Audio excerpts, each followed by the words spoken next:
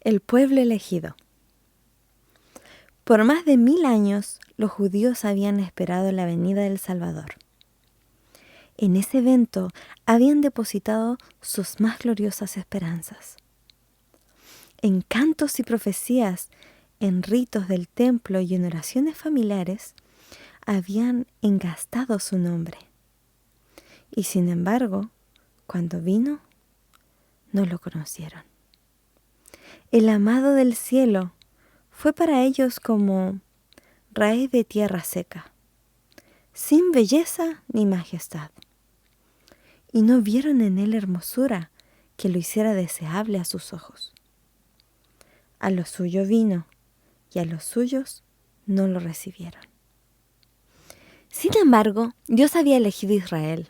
Los había llamado para preservar entre los hombres el conocimiento de su ley y de los símbolos y las profecías que señalaban al Salvador.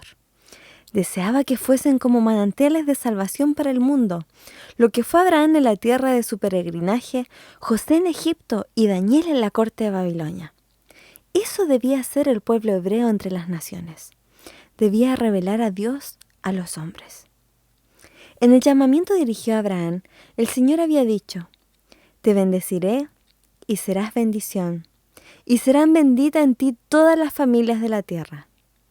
La misma enseñanza fue repetida por los profetas, aún después que Israel había sido asolado por la guerra y el cautiverio.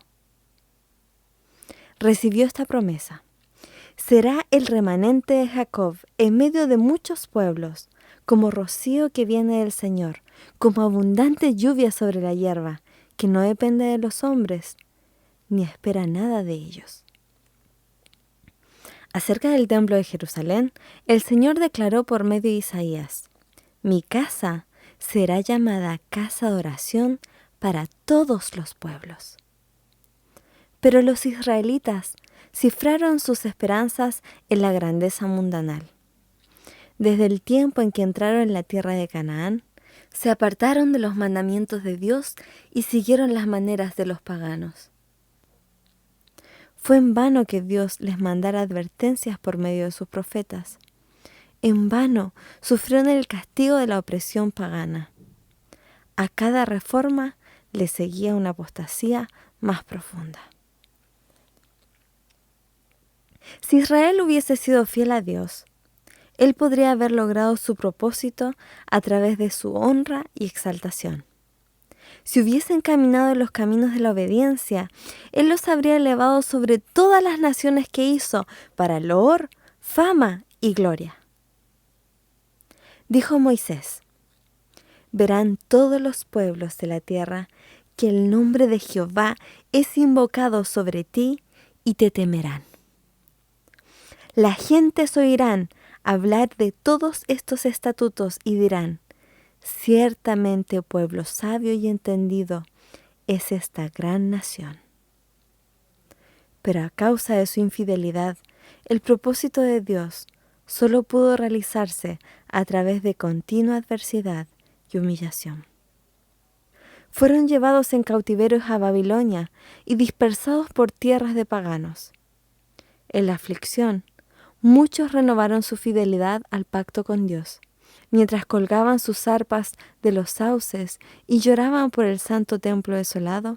La luz de la verdad resplandeció a través de ellos y el conocimiento de Dios se esparció entre las naciones. Los sistemas paganos de sacrificios eran una perversión del sistema que Dios había señalado. Y más de un sincero observador de los ritos paganos aprendió de los hebreos el significado del ceremonial divinamente ordenado y con fe aceptó la promesa de un Redentor. Muchos de los exiliados sufrieron persecución.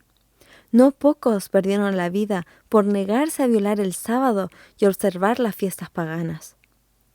Al levantarse los idólatras para aplastar la verdad, el Señor puso a sus siervos cara a cara con reyes y gobernantes, con el fin de que éstos y sus pueblos pudiesen recibir la luz. Vez tras vez, los mayores monarcas fueron inducidos a proclamar la supremacía del Dios a quien adoraban los cautivos hebreos. Por medio del cautiverio babilónico, los israelitas fueron curados eficazmente de la adoración a las imágenes esculpidas. Durante los siglos que siguieron, sufrieron por la opresión de enemigos paganos, hasta que se arraigó en ellos la convicción de que su prosperidad dependía de su obediencia a la ley de Dios. Pero la obediencia de muchos del pueblo no era impulsada por el amor. El motivo era egoísta. Rendían a Dios un servicio externo como medio para alcanzar la grandeza nacional. No llegaron a ser la luz del mundo, sino que se aislaron del mundo con el fin de escapar de la tentación a la idolatría. En las instrucciones dadas a través de Moisés, Dios había impuesto restricciones a su asociación con idólatras, pero esa enseñanza había sido malinterpretada. Tenía la intención de impedir que se conformasen a las prácticas de los paganos, pero lo usaron para construir un muro de separación entre Israel y todas las demás naciones.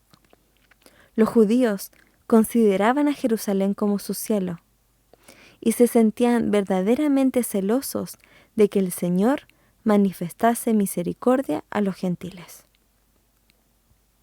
Después de regresar de Babilonia, dedicaron mucha atención a la instrucción religiosa. Por todo el país se erigieron sinagogas, en las cuales los sacerdotes y escribas exponían la ley. Y se establecieron escuelas donde, juntamente con las artes y las ciencias, se profesaba enseñar los principios de la justicia. Pero estos medios se corrompieron. Durante el cautiverio, muchos del pueblo habían adquirido ideas y costumbres paganas, y éstas penetraron en su ceremonial religioso. En muchas cosas se conformaban a las prácticas de los idólatras. Al apartarse de Dios, los judíos perdieron en gran medida la visión de lo que enseñaba el servicio ritual. Ese ritual había sido instituido por Cristo mismo. En todas sus partes era un símbolo de Él. Y había sido llenado de vitalidad y belleza espiritual. Pero los judíos perdieron la vida espiritual de sus ceremonias y se aferraron a las formas muertas. Confiaron en los sacrificios y en los ritos en sí mismos, en vez de confiar en aquel a quien estos señalaban. Con el fin de suplir lo que habían perdido, los sacerdotes y rabinos multiplicaron los requerimientos de su invención, y cuanto más rígidos se volvían, tanto menos del amor de Dios se manifestaba. Medían su santidad por la multitud de sus ceremonias, mientras que su corazón estaba lleno de orgullo e hipocresía. Con todas sus minuciosas y gravosas órdenes, era imposible guardar la ley. Los que deseaban servir a Dios y trataban de observar los preceptos rabínicos, luchaban bajo una carga pesada. No podían hallar descanso de las acusaciones de una conciencia perturbada. Así Satanás obraba para desanimar al pueblo, para rebajar su concepto del carácter de Dios y para hacer despreciar la fe de Israel. Esperaba demostrar lo que había sostenido cuando se reveló en el cielo. Los requerimientos de Dios son injustos y no pueden ser obedecidos. Incluso Israel, declaraba, no guardaba la ley. Aunque los judíos deseaban el advenimiento del Mesías, no tenían un verdadero concepto de su misión.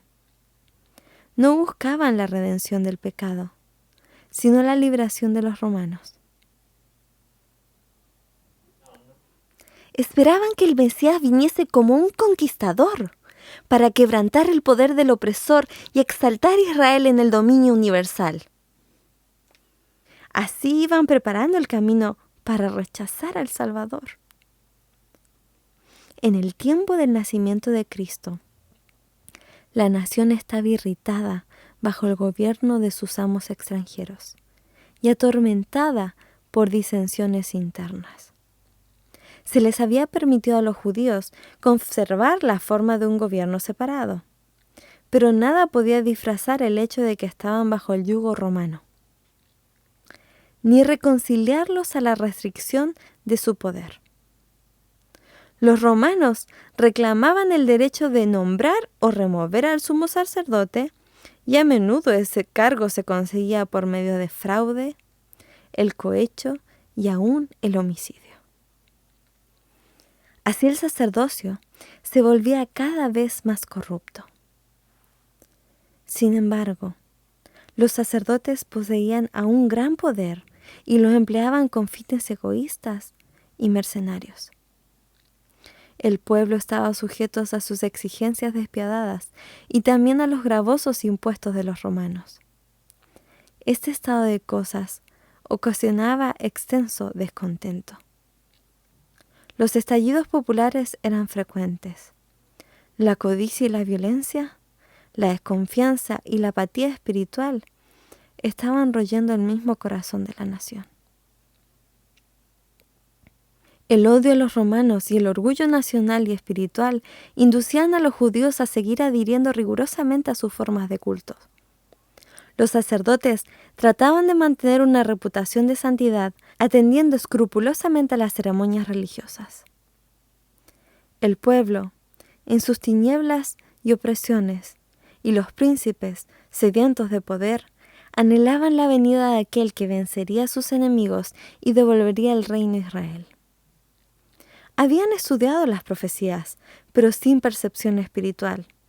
Así habían pasado por alto los pasajes que señalaban la humillación de Cristo en su primer advenimiento, y aplicaban mal los que hablaban de la gloria de su segunda venida. El orgullo oscurecía su visión. Interpretaban las profecías de acuerdo con sus deseos egoístas.